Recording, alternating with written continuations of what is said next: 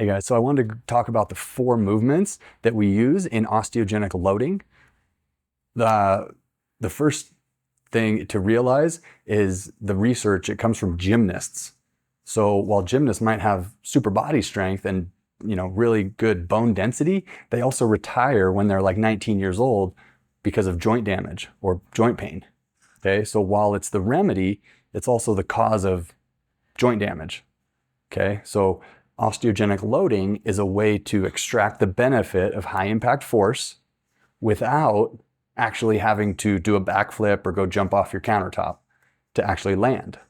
So think about this. If you, me, or anyone is going to jump off the table, we're all going to land in the exact same position.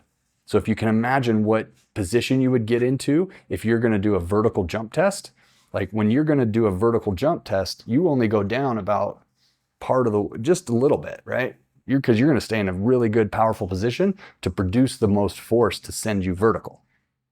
Okay, so it's the same with landing and absorbing high impact. You're not going to land with your legs locked out, because that would probably hurt, right? You're going to land with a slight bend at the knee, but almost at extension. So you can have the most amount of power available to decelerate the force. Okay, and it's the same with your upper body. If you were going to fall, decelerating your body weight before you reach impact is the key to being unbreakable. And a lot of that has to do with muscle strength as well as bone density.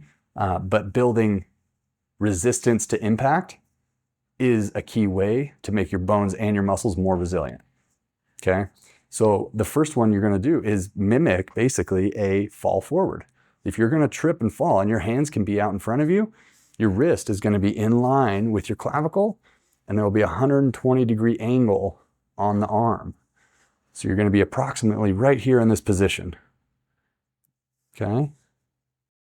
And it's 5 seconds of effort just in that isolated, in the strongest impact-ready position. And the key here is that you're about 5 times stronger in that position than having to move it back to your chest. So you're about 5 times stronger than you realize, and about 5 times stronger than you're going to be able to lift in a gym type setting with weights. Okay, so that's the chest press. Again, 5 seconds of effort, max effort, and then you release and you're done. 1 time per week, because the stimulus is so great. I mean, we have guys doing over 1,000 pounds on their upper body press. I mean, it's incredible. Okay, we're a lot stronger than we think. Okay, the next one we go into is mimicking that landing. If we were going to jump off a chair, jump off the park bench, we're going to land with a 120-degree angle behind the knee. Okay, so that's the position you're in on an osteogenic loading session, and your knees are bent, and you push and you straighten the leg. In my other video, you remember about gymnastics, how the bones bend under the pressure, and when they go back to position, it causes them to recalcify. So what we're doing is giving that force load exposure on the bone, on the hip, the knee, ankle, and we're causing it to remineralize, to grow thicker and stronger. And that's what we want to do on a consistent basis, weekly basis. Now keep in mind, your bones need about 7 to 10 days to rebuild.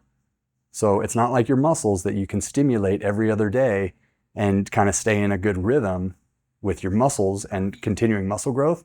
The metabolic rate of bone is slower.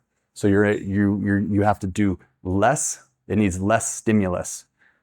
It needs a higher intensity or a higher force of stimulus, but it needs to be less frequent. So 7 to 10 days is ideal per session. Okay. So the third one doesn't really help your bone density at all. It's a core pull. You're pulling down with your arms and up with your legs, kind of like crawling into a ball. But there's not much, your ribs are mostly cartilage, right? There's not a lot of bone density that it can directly stimulate through a core pull.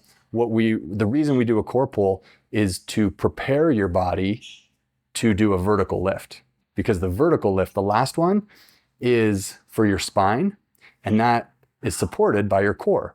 So you want to activate all the muscles of your core to be able to support your spine and your posture, so that when you do a vertical lift, you go down and you're putting pressure directly on the spine and over time, it reorients the posture. So as you load heavy with a good posture, something that might have taken 20 or 30 years to develop a kyphotic curve this way can start to be corrected. And so you hold a posture up in just 6 to 8 sessions. Okay, so something that took a long time to get into can be corrected in a matter of weeks